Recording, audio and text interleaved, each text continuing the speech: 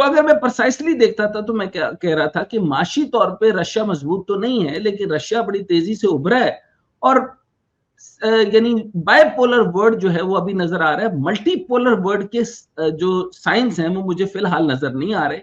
वो बनेगा कम से कम वर्ल्ड वॉर 3 के बाद और उसकी शक्ल निखर के सामने आएगी।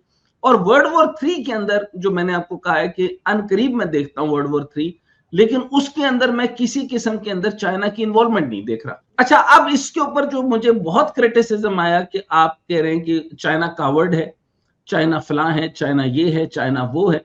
भाई मेरी बात सुने कि डेन शॉपिंग से लेकर एक पॉलिसी बनी थी कि 100 साल की पॉलिसी होगी और कंसिस्टेंट होगी, उसमें आपको ये लगे कि पूरी दुनिया जो है वो 20 साल के अंदर पॉलिसी बनाने के बाद फतह हो चुकी हो, तब भी फतह का ऐलान ना करना।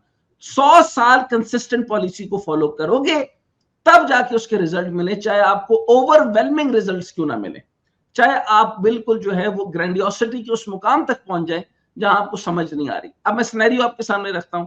जो प्रॉब्लम्स आए हैं वो क्या है? पूरी दुनिया को इस टाइम पे ग्रैंडियोसिटी का प्रॉब्लम हो चुका है। ये एक साइकोलॉजिकल प्रॉब्लम होता है। वो ग्रैंडियोसिटी का प्रॉब्लम विश्व गुरु भारत को हो गया।